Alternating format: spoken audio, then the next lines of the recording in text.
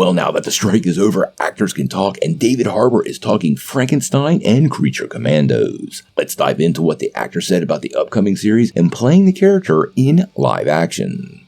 Now, before we do that, though, make sure you hit that like and subscribe button and ring that bell for all the updates. We do daily Marvel and DC videos. We want to be your place for all the superhero news, and we're going to go out of our way to bring it to you truthfully and transparently. Well, now that all the strikes are over, we're finally getting a little bit of feedback from stars attached to some of our favorite projects, and David Harbour has chimed in on Creature Commandos. Now, recently, the Stranger Things actor was attending the Box Lunch Holiday Gala, and he was asked about the challenges of playing an animated version of Frankenstein monster in Creature Commandos, and directly asked about playing the character in live action.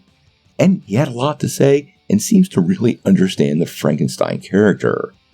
He said, "The most interesting thing to me about Frankenstein's monster in general is he was created to be sort of a erudite, intellectual, romantic, brilliant person, and he winds up being a monster. I mean, that complexity can make for some pretty ripe comedy and also pathos. That's a guy who considers himself one thing and is viewed by others as something very different." Now, he went on to talk about how much he loves the ability to move back and forth between live action and animation when he said, "That's the broadest, most mysterious way I can put it, because all I know is the scripts are really good. What we recorded is really great. I've seen the art. James is genius. I think it's going to be really fun and exciting, and it opens up a new door to the DC universe of how these characters will occupy the world. I like the concept of a live action and cartoon back and forth." So it sounds like Harbour is pretty excited about the character and James Gunn's approach, allowing him to play both versions. Now, how Frankenstein's going to make that transition from animation to live action, well, Harbour didn't seem too sure, but he made it pretty clear that he would do whatever it took, mocapping like Mark Ruffalo or donning prosthetics like he did in Hellboy. He said,